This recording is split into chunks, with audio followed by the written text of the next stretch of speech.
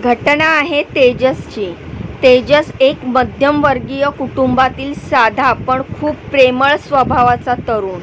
त्याचं आयुष्य अगदी सामान्य होतं। घर, काम आणि कुटुंबात आनंद। तेजसवर आपल्या आयुष्यात स्थिरता हवी म्हणून नेहमीच विवाहाची गोष्ट गांभीर्याने घेत असे। त्याला एक प्रेमळ जोडीदार हवी होती जी त्याच्या जीवनात आनंद घेऊन येईल। तेजसच्या स्वभावामध्ये कुठेच दिखाऊपणा नव्हता। तो आपल्या कुटुंबावर खूप प्रेम करत असे। त्याचे आई, वडील, भावंड त्यांच्याशी त्याचं नातं खूप घट्ट होतं। अशातच एका स्थळामार्फत त्याचं लग्न ठरलं ऐश्वर्या नावाच्या तरुणीसोबत, जी कुर्नूल येत होती। आणि 13 फेब्रुवारी रोजी तेजस व ऐश्वर्याचं लग्न ठरलं। पण लग्न ठरवण्याच्या अवघ्या 5 दिवस आधीच एक विचित्र घटना घडली। ऐश्वर्या अचानक गायब झाली। घरच्यांमध्ये खळबळ माजली। ती बेपत्ता झाल्याने अनेक चर्चा होऊ लागल्या। कुणी म्हणालं ती एका बँक कर्मचाऱ्यासोबत पळून गेली, तर कोणी तिच्या आईच्या दबावाचा उल्लेख करू लागलं। 16 फेब्रुवारी रोजी ऐश्वर्या परत आली। तिचं स्पष्टीकरण होतं, आईवर गुंड्याची जबाबदारी असल्यानं मी एका मित्राच्या घरी होते, न सांगता गेली, यासाठी मला माफ करा। तेजसच्या घरच्यांनी समजूतदारपणे हा प्रसंग समजून घेतला। ऐश्वर्यानी ही नकळत तेजस पुढे आपल्या प्रेमाची शपथ घेतली की मला लग्न करायचं आहे, आपण सोबत राहून मी काही चुकीचं केलेलं नाहीये वगैरे वगैरे।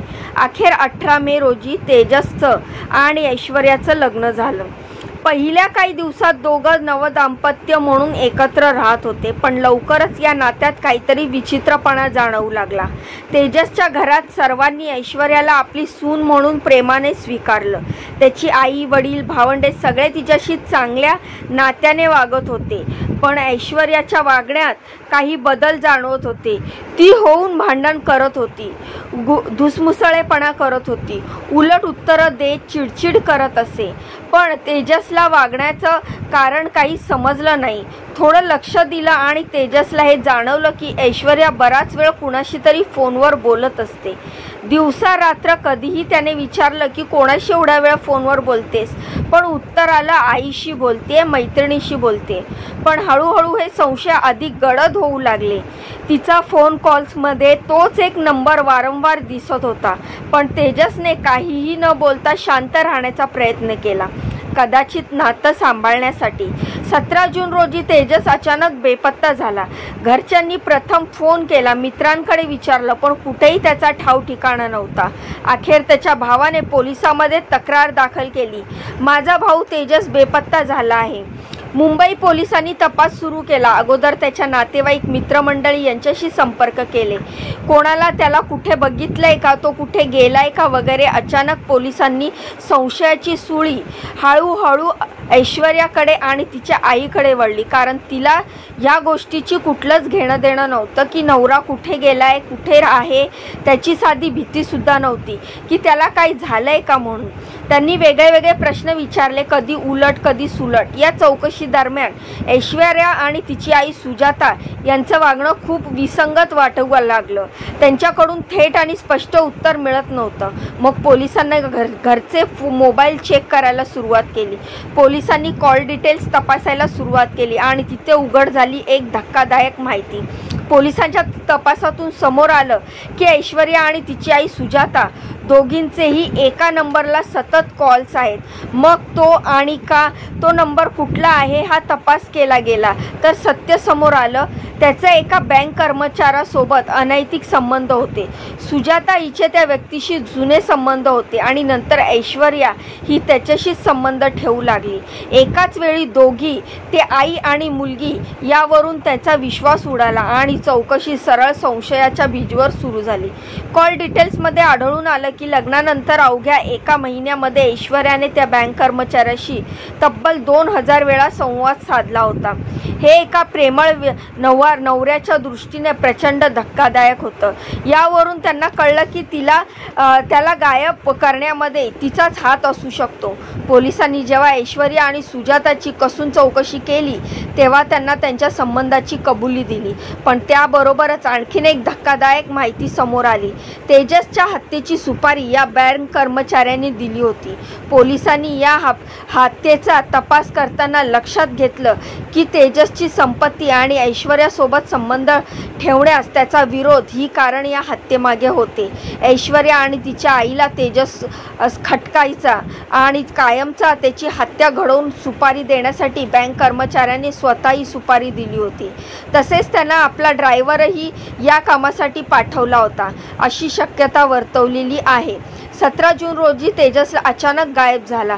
त्याच दिवशी एका निर्जन ठिकाणी त्याचा मृत शरीर सापडलं। हे एक साधं अपघाताचं प्रकरण नव्हतं, तो घातपात होता। विचारपूर्वक नियोजन पद्धतीने घडवून आणलेली हत्या। पोलिसांनी ऐश्वर्या आणि सुजाताला अटक केल्यानंतर तपासाचा वेग वाढला। त्यांनी गुन्ह्याची कबुली दिली। दोघींनी सांगितले की त्यांना तेजसमुळे त्या बँक कर्मचाऱ्याशी संबंध ठेवण्यामध्ये अडचण येत होती। शिवाय तेजस हटकल्यास त्याची संपत्ती आणि त्यांच्या हाती मिळणार नाही असा अंदाज होता। सुपारीचे पैसे कुठून आले हे देखील पोलिसांनी तपासात विचारले। बँक कर्मचाऱ्याची भूमिका अत्यंत संशयास्पद ठरत असून तो अद्याप फरार आहे। तेजसवर ज्या विश्वासाने लग्नाच्या नात्यामध्ये गुंतला होता, ज्या नात्याच्या भरोशावर त्याने आपलं आयुष्य उभं करण्याचं स्वप्न पाहिलं होतं, त्याच नात्याने त्याचा जीव गमावलेला आहे। पत्नी आणि सासूच्या या अमानुष कटामध्ये एका प्रेमळ सामान्य माणसाचा बळी गेलाय। आजही तेजसच्या घरच्यांच्या डोळ्यात अश्रू आहेत। आमच्या तेजा कधीच कोणाचं वाईट केला नाही, मग असं का झालं? ही घटना केवळ एका हत्येची नाहीये, तर ही घटना एका विश्वासघाताची, प्रेमाच्या नावावर झालेल्या फसवणुकीची आणि अशा नात्याची आहे जिथे आई आणि मुलगी दोघींचं नैतिक अधपतन इतकं खोल गेलंय की एका निष्पाप पतीचा जीव त्यांनी घेतलेला आहे। तेजस आज आपल्या नाही, यातून काही शिकावं तर नात्यामध्ये फक्त प्रेम असून चालत नाही, तर तिथे प्रामाणिकपणा, विश्वास, नैतिकता हवी। अन्यथा अशा नात्यामध्ये, या नात्याच्या छायेमध्ये सुद्धा मृत्यू घडू शकतो। नातं हे केवळ प्रेमाचं नसलं तर त्यात प्रामाणिकपणा, निष्ठा, जबाबदारी ही तितकीच महत्त्वाची असते। जेव्हा नात्यामध्ये फसवणूक, असत्य आणि स्वार्थ शिरकाव करतो तेव्हा त्याचा शेवट विनाशकच होतो। तेजस सारख्या निष्पाप व्यक्ती केवळ एका विश्वास ठेवल्यामुळे जीव गमावला आणि खोटं प्रेम, अनैतिक संबंध हे केवळ आयुष्यच नाही तर माणुसकीलाही संपवतात। म्हणून कोणत्याही नात्याच्या मुळाशी सचोटी आणि पारदर्शकता असणं अत्यावश्यक आहे, अन्यथा नातं नसतंच, हे फक्त एक सुसंस्कृत फसवणूक असते। ही घटना ऐकून याविषयी आपल्याला काय वाटतं? आपल्या काय प्रतिक्रिया आहेत? मला कमेंटच्या माध्यमातून नक्की सांगा। या माहितीबद्दल तुमचे म्हणणे मला कमेंट करून नक्की सांगा। जाण्याआधी माझ्या या माहितीला लाईक करा, चॅनलला सबस्क्राईब करा। तुमच्या या बहिणीला पुढे जाण्याचा एक चान्स नक्कीच द्या। भेटूया पुढच्या माहितीमध्ये अशीच दमदार लेटेस्ट नवीन अपडेट घेऊन। तोपर्यंत स्वतःची काळजी घ्या। बाय आणि नमस्कार।